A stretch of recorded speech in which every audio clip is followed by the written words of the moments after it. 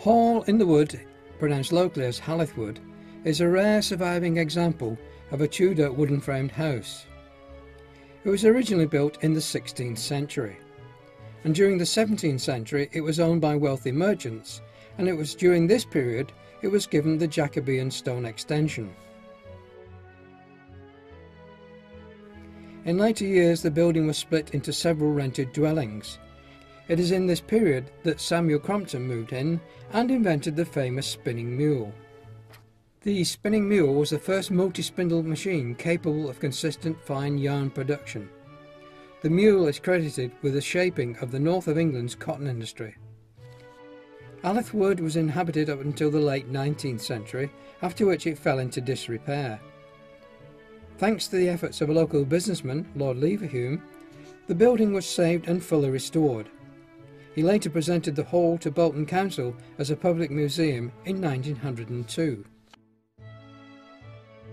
Today you can see fine examples of 17th and 18th century furniture and period objects and artefacts. You can also discover the history of Samuel Crompton's invention and all about life in the Stuart and Tudor times. All the rooms have been accurately refurbished and retain an air of homeliness.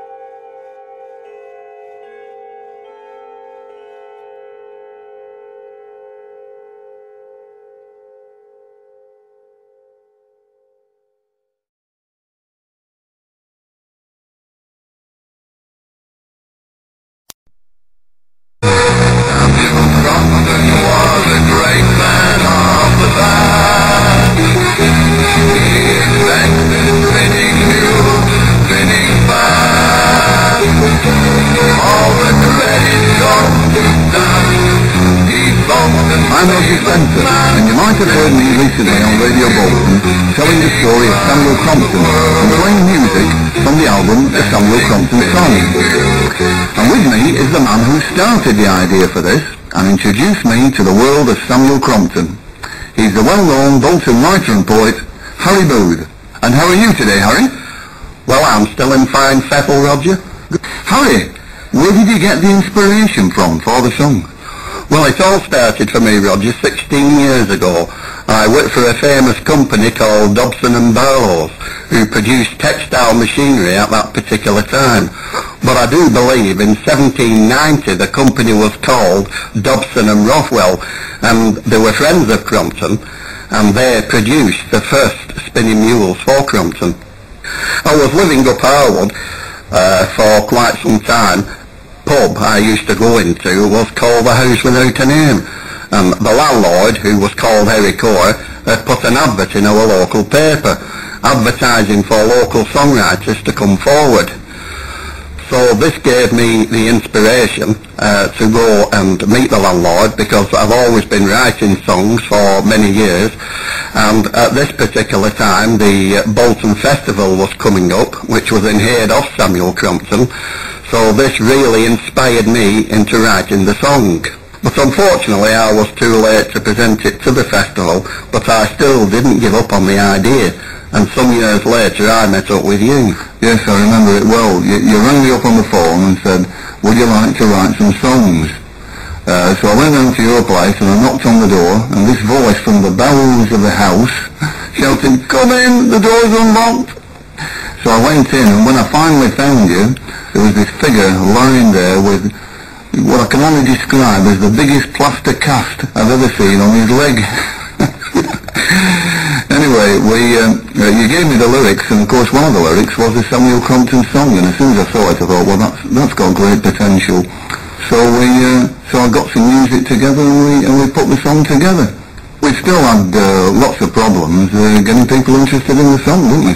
Yes, we did, Roger, because at that time we tried to interest a lot of singing groups, but with no success, and even radio and television. But still nobody wanted to take up the idea of the song at all. No, that's right. I think in the end we decided, well, we just got to do it ourselves. So that's how the record label Lovely Company Records came into being, and we wrote some more songs together, didn't we? Yes, we did, and we put them on the album called the Samuel Crompton Song, and that's history now. It's a corner phrase. But when we got the album together, you managed to get a meeting with Dr. Gray, didn't you, at the Bolton Museum? Yes, we went down to see Dr. Gray, and we told him all about the cassette album of songs of Crompton, and he seemed to be very interested, and he said that we could market the songs in the shop and the museum and artifact shop. That's right, yeah. He gave us an order, and that was it. And really from there, the song is now on sale. Where, Wigan Pier? Well, with Wigan Pier, Roger, like you say, we've got Style in Cheshire, Elmshire at Rosendale. That's right. So it's going from strength to strength. Radio for the discerning listener. It's all for you on 106.2 Radio Bolton.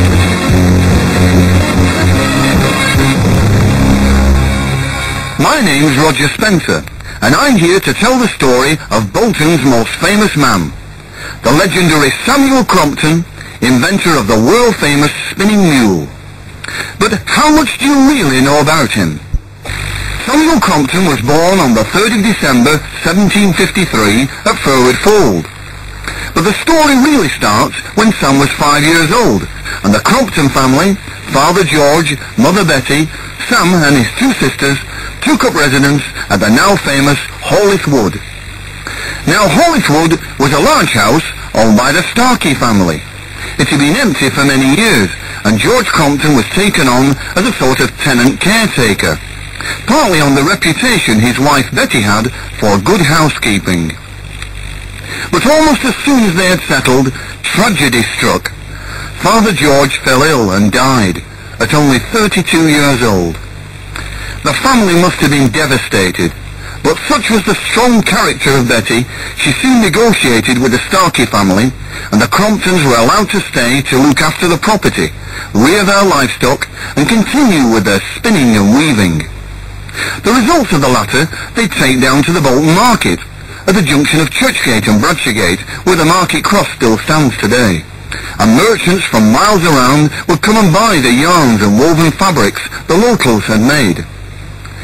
Samuel Crompton was fascinated with machinery, and with the help of his uncle Alexander soon learned all there was to know about spinning and weaving.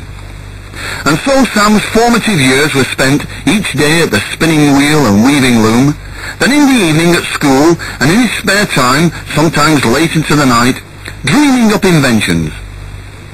When Sam was 14 years old, the greatest event of his young life occurred. James Hargreaves invented the spinning jenny. The jenny was a major breakthrough for spinning. In comparison to the old spinning wheel, the jenny meant that multiple lengths of yarn could be spun at the same time. But it had serious limitations. The weft yarns were fairly satisfactory, but the warp yarns, particularly when the demand for lighter and old cotton cloth came along, were almost impossible. And as good a spinner as Samuel Crompton was, he often found that only 1 in 10 yarns were good enough.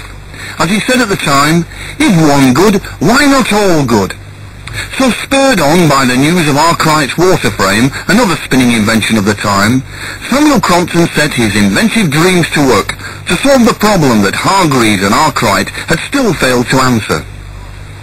It took 5 years of hard labour, of every spare minute of day and night. Local people would see lights moving about the upper windows of Hawley Wood, and rumours of ghosts and wizards abounded, until in 1779 he had completed his first machine. Samuel Crompton had achieved what the great leaders of industry with their power and money had failed to do. He had built a spinning machine that would spin any number of lengths of even the finest yarns to perfection. And when you consider that Samuel Crompton was only 26 years old, it was a remarkable feat. Surely he was indeed a genius. To find out more about Samuel Crompton, I've come down to Hawley Wood, and I'm talking to Harold Farrell, who's the custodian of the Hawley Wood Museum. Harold, what would life have been like for the Crompton family living here all those years ago? Well, I imagined it would be a very hard life, Roger. They came down to Hawley Wood as tenant farmers, and as many of the farmers in those days, they used to supplement the farming income by doing weaving and spinning of cotton, just like many people today are sidelines. Then weaving and spinning was their sideline. And Sam, as he helped with the spinning, he got to thinking that there must be a better way than just spinning one thread, which he worked on the Saxony spinning wheel. And he got around to thinking that there must be a better way. He must have been working under very difficult and trying circumstances, building an invention, particularly late at night. Yes, certainly, because they of course didn't have the electric light or gas light at that time. They would be reliant on candle light or rush lights, and so, as you say, it would be under very difficult circumstances that he built the mule, and he would only have basic hand tools as well. He was a brilliant man in that he also could play an instrument. He played the violin. He made his own violin as well, and he used to play in the Bolton Orchestra, of which he would have to either walk or go on horseback to the Bolton Theatre, and he played there, and the money that he made from playing in the theatre enabled him to purchase tools and various other things he would need to build the mule. He had a problem after completing his work, didn't he? Shortly after the invention of the mule, Roger, there was rather turbulent times at Hawley Wood, because the machine breakers was in the area, and it had come to the knowledge of Sam, and so he thought, well, all my hard work's not going to be destroyed by these people. I'm going to dismantle the mule and hide it in the attic, in the roof space. And even to this day, you can still see the box area in the roof space where Sam actually hid the mule. He dismantled the machine and hoisted the mule up in a crate up through the ceiling of his workshop into the roof space. And it is hoped that when at the completion of the work that's being carried out at Holliswood, that the general public will be able to go into the attic and view this spot where Sam hid the mule. He finally left Holliswood, didn't he, around the time he got married?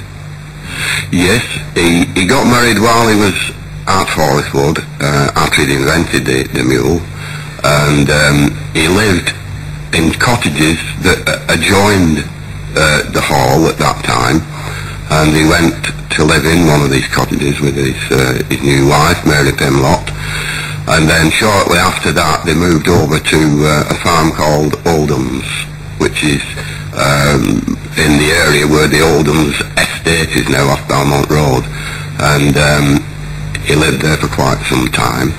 When did Holliswood actually become a museum? Is that a recent thing? Lloyd Leverhulme came across the hall in late 1800s, 1890 odd, and he saw that the hall was in very bad state of repair, and he thought, well, a fine building, fine Tudor building like this, which at that time was just being used as a farmhouse. In fact, it was reputed that there was cattle here in the Great Hall, and so he purchased the hall with a view to restoring it, furnishing it as in 17th century furniture, and then presenting it to the Bolton Corporation, and it opened as Bolton's first folk museum in 1902. Samuel Crompton's biographer, Gilbert French, made a very fine comment, really, about Holliswood. He mentioned that one hammer ringing out at Holliswood set thousands of hammers ringing out throughout the land.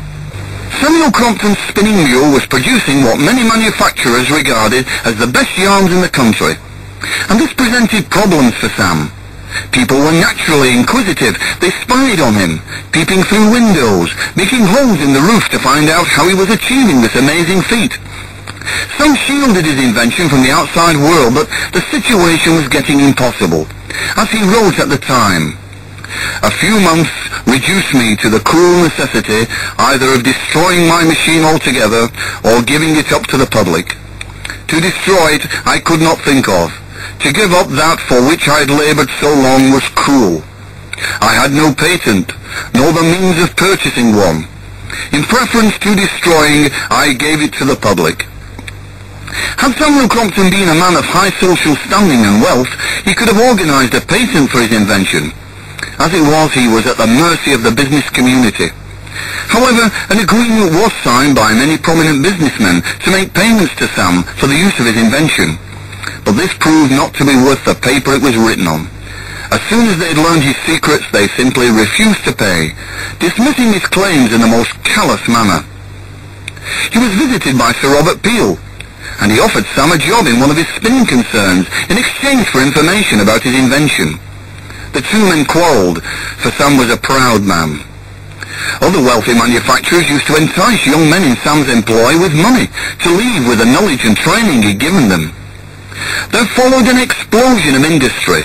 Samuel Crompton's spinning mule completely revolutionised textile manufacture. Up to then, the old spinning process couldn't meet the demands of the weaving loom. Now the mule could provide mass production of high-quality yarn. As a result, the industry expanded as never before imagined. Samuel Crompton was naturally an embittered man. Although he was now a celebrity, he had very little to show for it.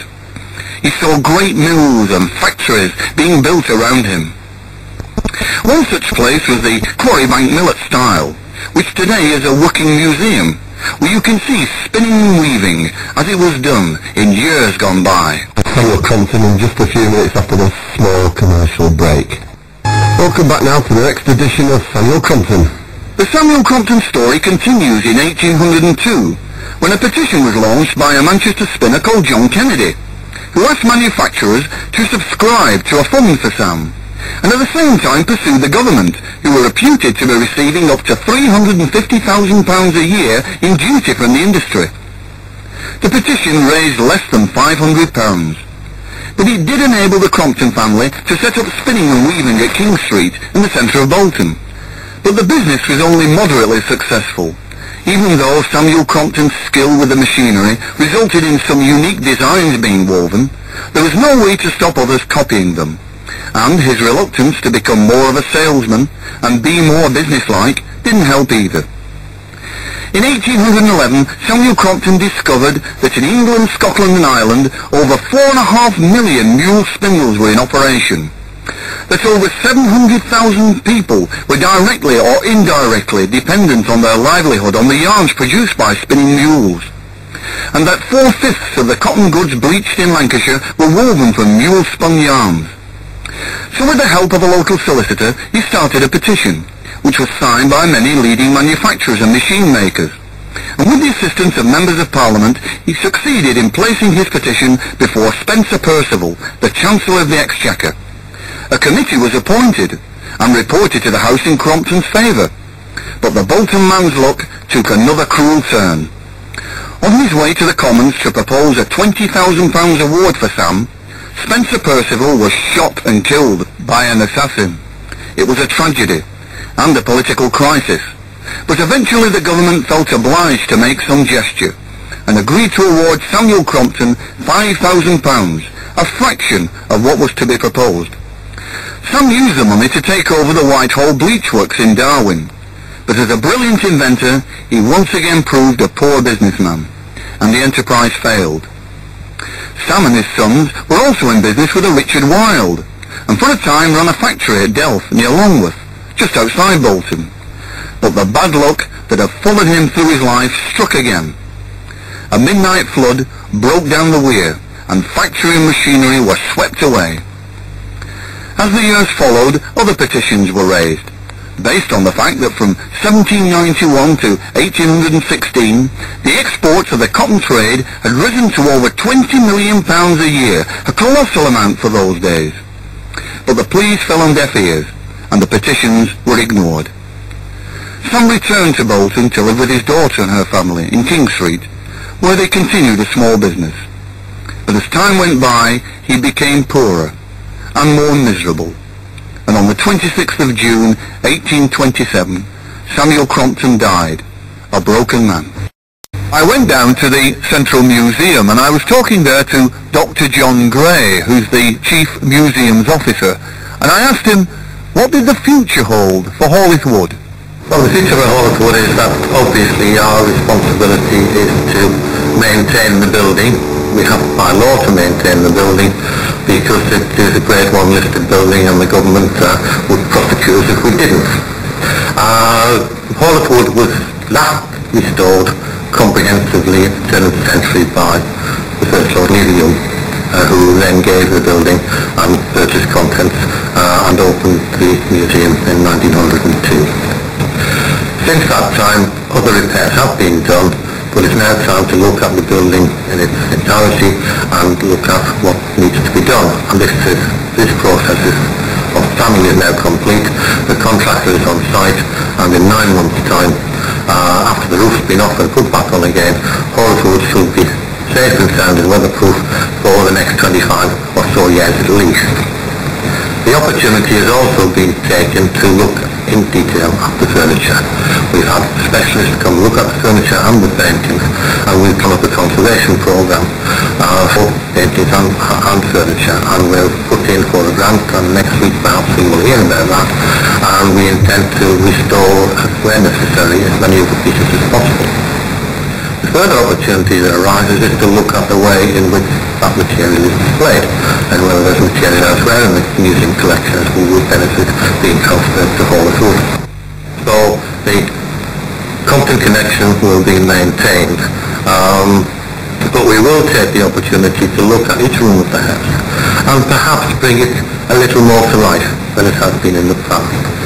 For instance, the Lancashire kitchen, we can make it look more like a kitchen by having pheasants and other game hanging from the ceiling, replica hams, things like herbs and spices, and giving the impression, particularly to educational groups, that's how the building functioned as a family home. Because up until the 18th century, it was a family home. It was then subdivided into tenements, and that's when the Crompton family came to live there. And from the end of the 18th century through to the beginning of the 20th century, the building was in a fairly parlous state. Hopefully we can bring it back to its former glory. We will open to the public again in April of next year, and if the building project goes on schedule, we may even open earlier to adult groups and school educational groups prior to that date. So we're all looking forward to the time when we can have Portsmouth restored back to its former glory and safe and secure for many years to come. Had Samuel Crompton lived in our age, with its copyright and patent protection, he most certainly would have been an extremely rich man. As it was, he died almost penniless.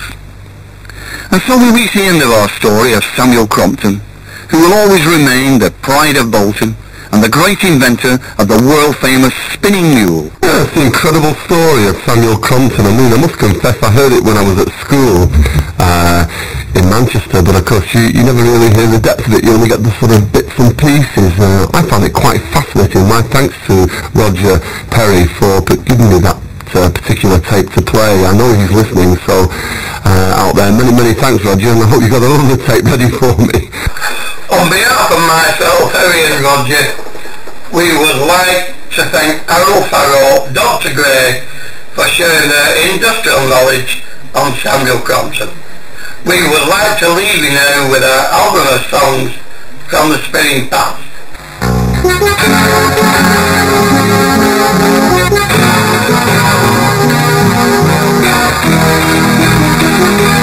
Samuel Crompton was a great man of the past. He invented spinning mules, spinning fast. All the credit goes to Sam. He's Bolton's famous man, sending spinning mules, spinning fast.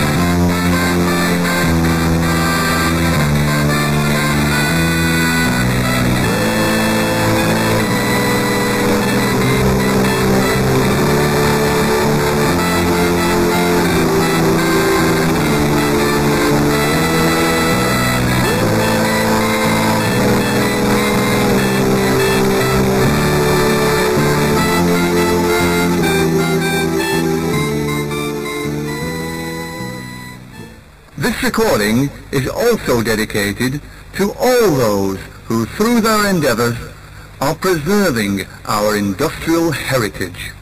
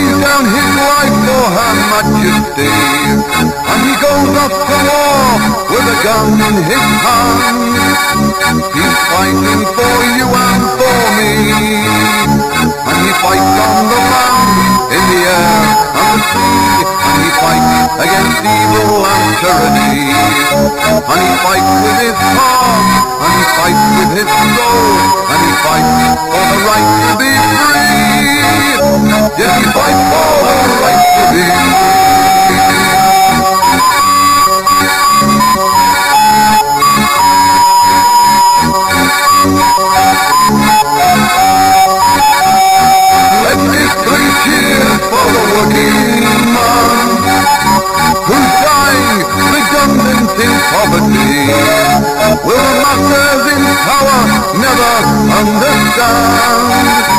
He died for you and for me, and he died from the pain of a lifetime of toil, but he died with a smile and a memory. Yes, he died with the pride of a life that's fulfilled, and he died for the right to be free. When he died, he is finally free. So let's give 3 cheers for the working man.